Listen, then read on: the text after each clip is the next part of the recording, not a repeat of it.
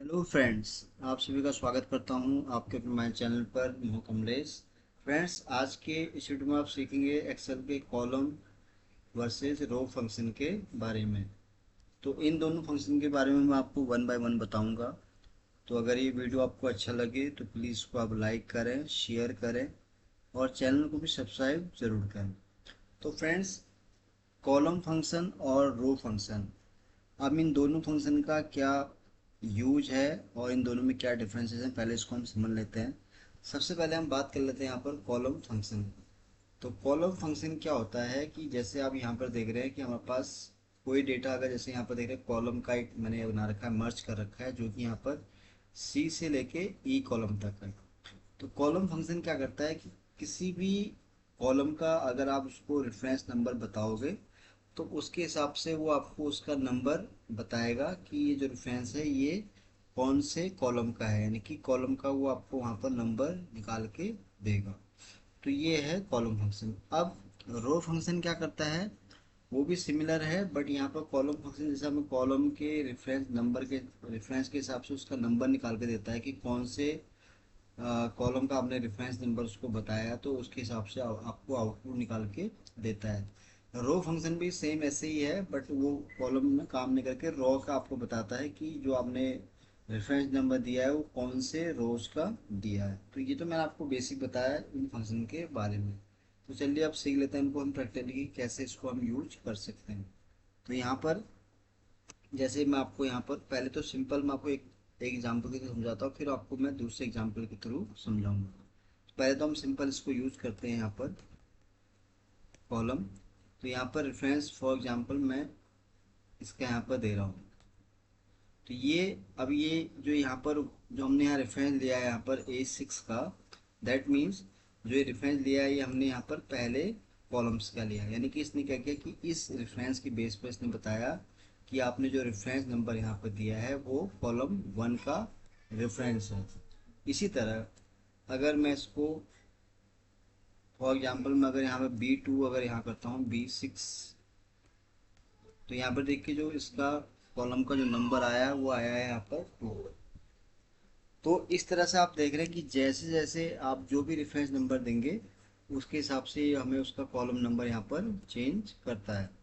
For example अगर सी में अगर करूँ तो यहाँ पर देखिए कॉलम सी, यानी कि जो कि यहाँ पर थर्ड कॉलम में, यानी कि फर्स्ट पर था हमारा ए, फिर सेकंड में बी, और यहाँ पर सी था हमारा यहाँ पर थर्ड में। अब चलिए इसको एक बार हम वैसे भी समझ लेते हैं। फॉर एग्जांपल मैं अगर यहाँ पर कोई वैल्यू रखता हूँ 12, 13 एंड 14। अब यहाँ पर मैं फंक्शन को अप्लाई करता हूँ कॉलम फंक्शन को,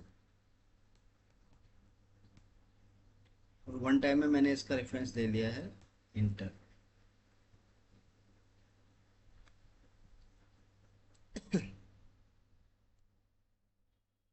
तो यहाँ पर हम टाइप करेंगे कॉलम,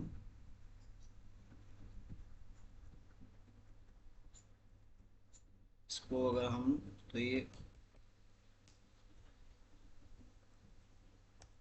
अब इसको हम ड्रैग करेंगे, सॉरी इसको हम ऐसा करेंगे, मैं इस फंक्शन को एक कॉल दो दो हम यहाँ पर और इंसर्ट कर लेते हैं।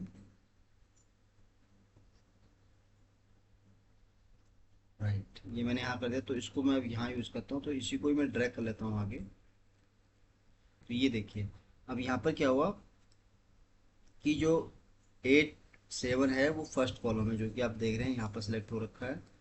और जो सेकंड है वो यहाँ पर B7 का है रेफरेंस, उसके हिसाब से यहाँ सेकंड कॉलम में है ये डेटा। और थर्ड वाला जो आप देख रहे हैं यानी कि ये C7 का है। तो ये मैंने आपको दूसरी एग्जाम्पल की तरफ समझाया तो कॉलम फंक्शन कैसे एक्सेल में काम करता है। तो ये तो मैंने आपको बताया कॉलम फंक्शन के बारे में। अब चलिए हम बात कर लेते हैं यहाँ पर रो फंक्शन के बारे में। तो रो फंक्शन क्या करता है, सिमिलर ही है, तो इसको भी हम जैसे रो, जैसे यहाँ पर मुझे रेफरेंस देना है इसका, तो यहाँ पर ये जो रिजल्ट आया है यानी कि ये जो हमने रेफरेंस दिया है I7, यानी कि ये 7 रोज में है, यानी कि जो रेफरेंस इसका आया है जिसका हमने रेफरेंस दिया वो यानी कि 7 रो में। एक तो ये हो गया। अब इसी तरह अगर हम इसको थोड़ा चेंज करें I8 करें तो यहाँ पर देखेंगे आप उसका जो आएगा रोज वो आएगा 8। तो ये एक तरीका है। दूसरा, अगर मैं सेम चीज़ इस तरह से यहाँ पर रखूँ 12 13 14, तो ये मैंने रोज के हिसाब से रखा। जैसे यहाँ पर आपने देखा कि मैंने उसको कॉलम के हिसाब से किया, तो यहाँ पर अब इसको मैंने रोज के हिसाब से कर दिया 12 13 एंड 14। तो यहाँ पर हमें इसको अप्लाई करना है, तो कैसे करेंगे हम, रो रेफरेंस और इसको हम ड्रैग करेंगे इस तरह से।